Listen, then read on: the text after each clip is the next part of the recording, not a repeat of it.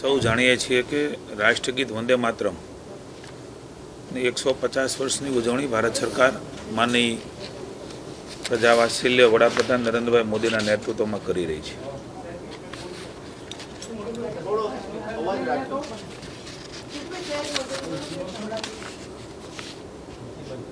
સાતમી નવેમ્બર એટલે આપણું રાષ્ટ્રગીત વંદે માતરમ જે આપણું ગૌરવ છે એને 150 વર્ષ થવા જઈ રહ્યા છે। ત્યારે સમગ્ર ભારત સરકાર માનની મોદીજીના નેતૃત્વમાં એક વિશિષ્ટ રીતે દેશભક્તિ સાથે દેશ સાથે જોડાવાના વિવિધ કાર્યક્રમો ભારત સરકારે લીધા છે। માનની મુખ્યમંત્રી શ્રી એ 9:30 કલાકે સચિવાલય ખાતે મૂળ રૂપમાં આપણું વંદે માતરમ ગીત ગવાય એ પ્રકારે ત્યાં કાર્યક્રમમાં ઉપસ્થિત રહેવાના છે। વિધાનસભા પરિસર ખાતે જ્યાં રાજ્યકક્ષાની ઉજવણી થશે। અલગ અલગ જિલ્લાઓમાં માની મંત્રીશ્રીઓ જશે। જિલ્લા પંચાયત, તાલુકા પંચાયત, મહાનગરપાલિકાઓ, પોલીસ વડાની કચેરી, કલેક્ટર કચેરી, નગરપાલિકા ખાતે પણ આ કાર્યક્રમો યોજાવાના છે। 7 થી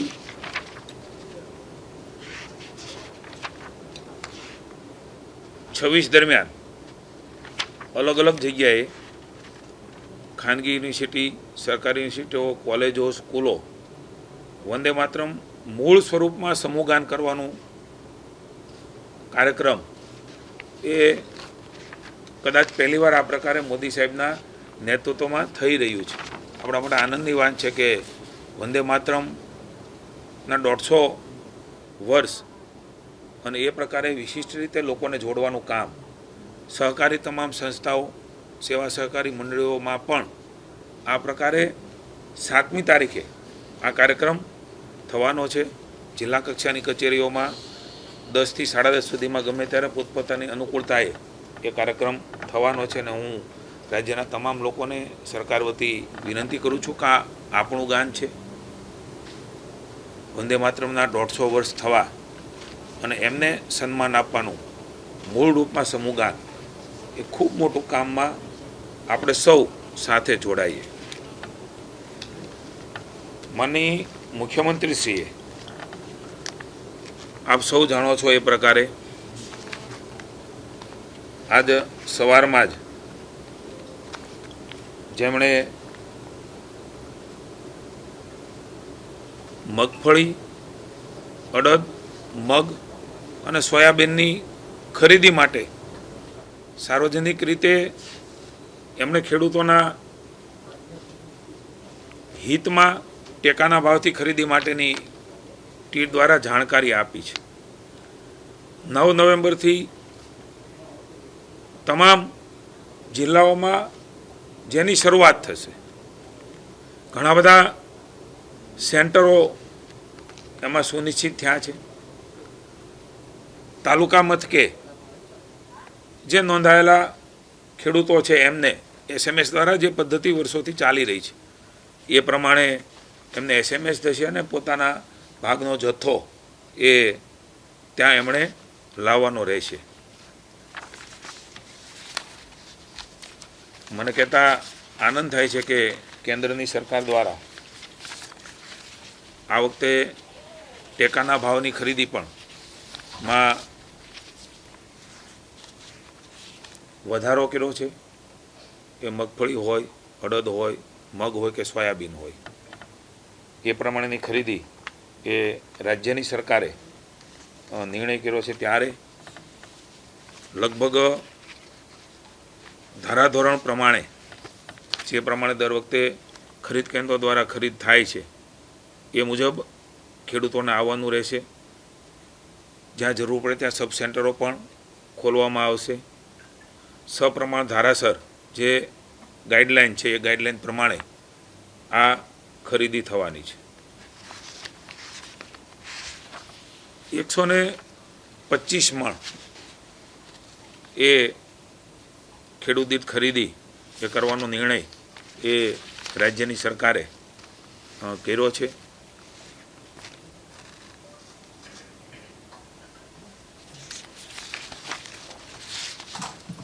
આ વખતે અમે સૂચનાઓ પણ આપી છે કે ખાસ કરીને ખેડૂતોને હાલાકી ન પડે, તકલીફ ન પડે, એના માટે થઈને આ પ્રકારે ખરીદીનો નિર્ણય એ રાજ્યની સરકાર દ્વારા કરવામાં આવ્યો છે.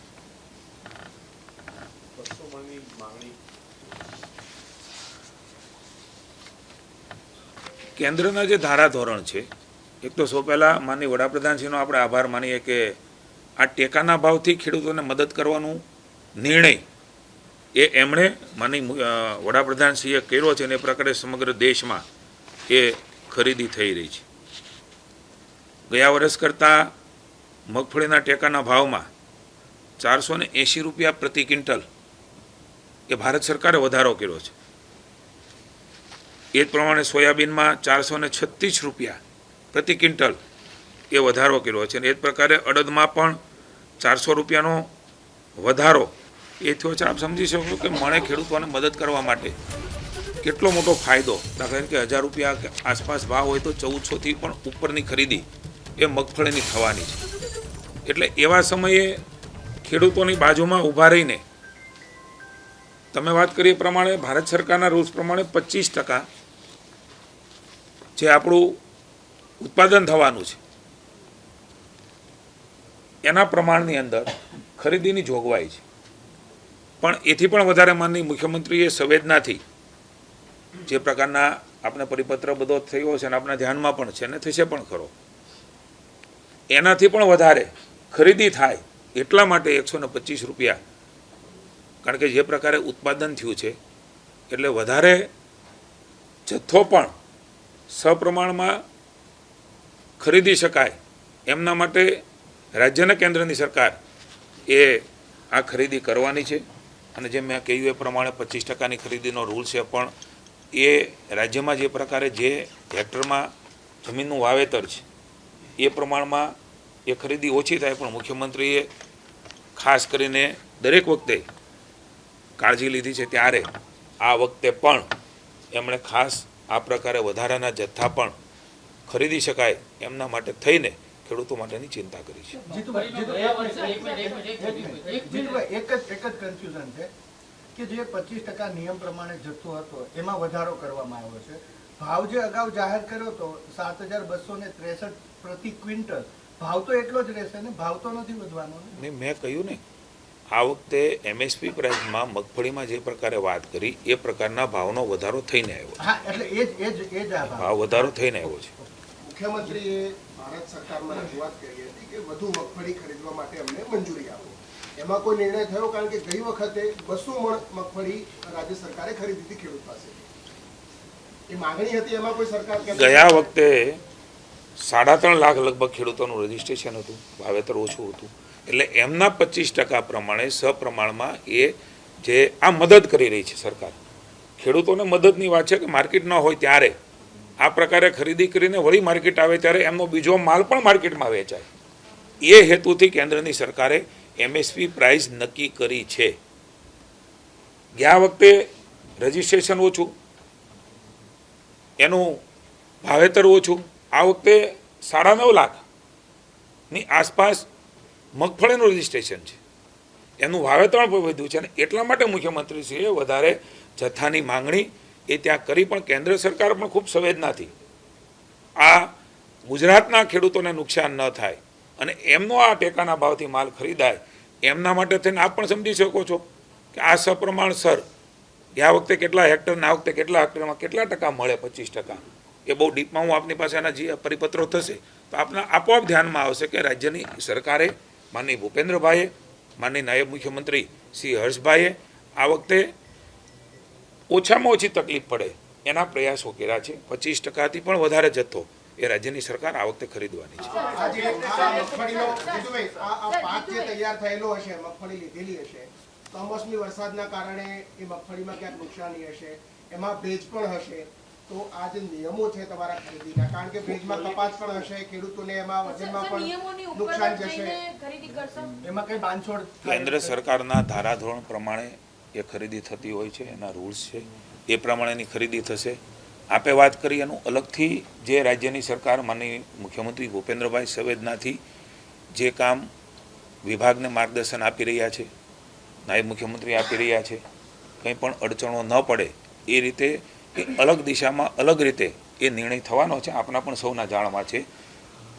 મગફળી ખરીદી મારા આપના માધ્યમથી જણાવવું છે કે જે પરિસ્થિતિ ઊભી થઈ કમોસમી એમને મગફળી ખરીદી નહીં થાય આ પ્રકારની વાતો પણ એ કેટલાક લોકોએ ફેલાવી હતી. એમને નામને લાગતું ઓળખતું નથી. 1 તારીખે આ ખરીદીનો નિર્ણય માનનીય મુખ્યમંત્રી ભૂપેન્દ્રના માર્ગદર્શન નીચે મારા વિભાગે કરેલો. આપ જાણો છો કે વરસાદ આવવાના કારણે એ બધું સંભવ નહોતું ને વરસાદ પણ સતત 15 દિવસ 10 દિવસ આવ્યો છે. એક દિવસનું આ માવઠું નથી.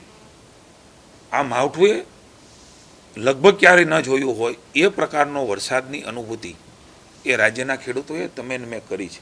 કદાચ દેશમાં પણ આ પ્રકારે સળંગ 10-15 દિવસ આ સમયે આ પ્રકારનો વરસાદ, અને એટલા માટે એ અમે મગફળી ખરીદી તકલીફ ન પડે, મુશ્કેલી ન થાય એટલા માટે થોડા દિવસો પાછળ લઈ ગયા હતા.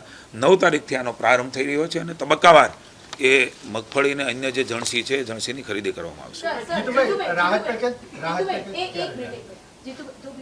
સર, આપે કીધું કે 25% જે નિયમ છે એનાથી વધારે જથ્થો ખરીદવાનું સીએમે કહ્યું છે, પણ એ કેટલો જથ્થો એનું પ્રમાણ આપના પરિપત્ર દ્વારા આપને ધ્યાનમાં આવી જશે કેટલું એમના હેક્ટરમાં વાવેતર છે, કેટલું ઉત્પાદન છે. હું આપને ચોક્કસ એટલું કહીશ કે જે ધારાધોરણ છે એનાથી પણ કેન્દ્રની સરકાર નરેન્દ્રભાઈની સરકારે માનની અમિતભાઈ શાહે પણ રાજ્ય સરકાર ઉપર આ પ્રકારે લાગણીથી ભાવથી એમની લાગણીને માન્ય રાખી છે.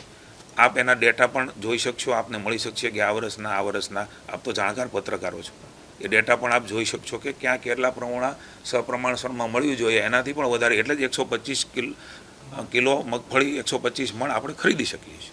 મગફળી માટે જેવું થશે કે અન્ય ધાનો માટે પણ એવું થશે. રજીસ્ટ્રેશન પણ થયું છે, પણ રજીસ્ટ્રેશન પછી જે કમોસમી વરસાદ આવ્યો છે એના કારણે તો પ્રોડક્શન એનું ઘટશે અથવા તો જે મગફળી હશે એની ક્વોલિટી ઘટશે, તો એ તો તમે ખરીદવાના નથી. ક્વોલિટી ડાઉન હશે એટલે ક્વોલિટી સાથે બાંધછોડ કરીને ટેકાના ભાવે મગફળી કે અન્ય જણસ ખરીદી કરવા અંગે વિચારણા સરકાર કરે છે. એક તો મેં આપને એ પણ વાત કરી કે માનનીય મુખ્યમંત્રીશ્રી જે રાજ્યના ખેડૂતોને અસાધારણ સંજોગોમાં નુકસાન થયું છે એમની ચિંતા કરીને પોતે સ્વયં દરેક જગ્યાએ અનેક જગ્યાએ મંત્રીશ્રીઓ પોતે પણ ગયા છે. પહેલી વખત એમ કહું છું કે વ્યાપક પ્રમાણમાં 16,000થી પણ વધારે ગામોમાં આ પ્રકારનો વરસાદ એ પહેલી વખત છે. રાજ્યની સરકાર ખેડૂતની જે પ્રકારે સ્થિતિ છે એમાં એની બાજુમાં પહેલાં પણ ઊભી, આજે પણ ઊભી છે ને આવતીકાલે પણ એ ઊભી રહેવાની છે. મારી વાત પૂરી કરી દઉં. આપણે સૌ જાણીએ છીએ કે કોઈ પણ સહાય કરવી હોય તો એના બધા નીતિ નિયમને ધારાધોરણ છે. માત્ર ગુજરાત માટે નહીં, અન્ય રાજ્યમાં પણ આ પરિસ્થિતિ થાય ત્યારે મારી આપને વિનંતી છે. હું આજે કોઈ ટીકા ટિપ્પણીમાં પડવા માગતો નથી, કારણ કે આજે ખેડૂતોની બાજુમાં રહીને એને બેઠો કરવાનો સમય છે, કોઈ રાજનીતિ કરવાનો સમય નથી. ખેડૂતોના ખભે બેસીને રાજનીતિ કરવા માટે ભારતીય જનતા પાર્ટી ક્યારેય માનતી નથી. એટલે આજે હું એ ટીકા ટિપ્પણીમાં નથી પડતો. પણ અન્ય રાજ્યમાં પણ આ પ્રકારે પૂર કમોસમી વરસાદ થયો હશે, અત્યારે પણ ચાલુ હશે કોઈ જગ્યાએ. સરકારોએ કદાચ અમારી હશે, અન્ય હશે. પહેલી વખત પંચરોજ કામ કરીને જે પ્રકારે સતત વરસાદ આવ્યો છે, સમજી શકીએ છીએ કે ખેડૂતોની સ્થિતિ. ફરી વખત કહું છું, એ રાજ્યની સરકાર ફરજનો ભાગ છે, એની ઉપર કોઈ અમે ઉપકાર નથી કરતા. સંવેદનાથી અમારી ફરજ છે સરકારે બાજુમાં ઊભા રહેવાની. ત્યારે એમણે પ્રથમ વખત આ પ્રકારનો 16,000 ગામોમાં આપ સમજી શકો છો કે પંચરોજ કામને નિર્ણય કરવો કે ભાઈ સાચી વાત છે ને એમને ખરેખર નુકસાન થયું છે. એમાં ક્યાંય પણ ઓછું વધતું કંઈ લેવાઈ ગયું, કોઈ ન લેવાઈ ગયું, કોઈ જણસ અડધી ઘરે આવી ગઈ નથી આવી, આવું રાજ્યની સરકારે જોયું નથી, જે કદાચ પ્રથમવાર છે. અન્ય રાજ્યમાં પણ એ પ્રકારના સર્વેની કામગીરી થતી હશે. હું આપને વિનંતી કરું છું, આપના માધ્યમથી જનતાને ખબર પડે એટલા માટે વિનંતી કરું છું કે આપ એ પ્રકારના તુલના કરીને હાલના જે સંજોગોમાં ભારતીય જનતા પાર્ટીની ભૂપેન્દ્રભાઈની સરકારે ખેડૂતો માટેનો નિર્ણય કર્યો છે એવો કોઈ અન્ય રાજ્યમાં આ પ્રકારે થયો છે કે કેમ. હું માનું છું કે પહેલી વખત આટલા માસમાં, કારણ કે એની નકર ખૂબ બધો લાંબો સમય, કારણ કે દરેક જગ્યાએ કાયદા નીતિ નિયમો હોય છે, પણ આ વખતે એનાથી પણ સહેજ ઉપર જઈને મુખ્યમંત્રીએ પંચરોજ કામ કરીને સતત વરસાદ આવ્યો એટલે આખા અહેવાલો રાજ્યના એ મગાવી લીધા, આવી ગયા.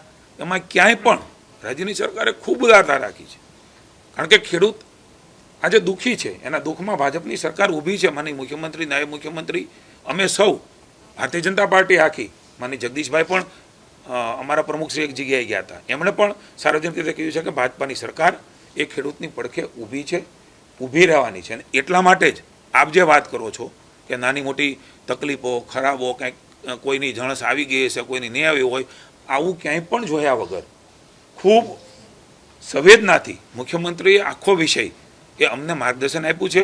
અને કદાચ ગુજરાતમાં સૌપ્રથમવાર આ પ્રકારે કમનસીબે, ફરી વખત કહું છું કે કમનસીબ છે, એ દુઃખમાં અમે ભાગીદાર છીએ, આપણે સૌ ભાગીદાર છીએ. અત્યારે એમને સહકાર આપવાની જરૂર છે.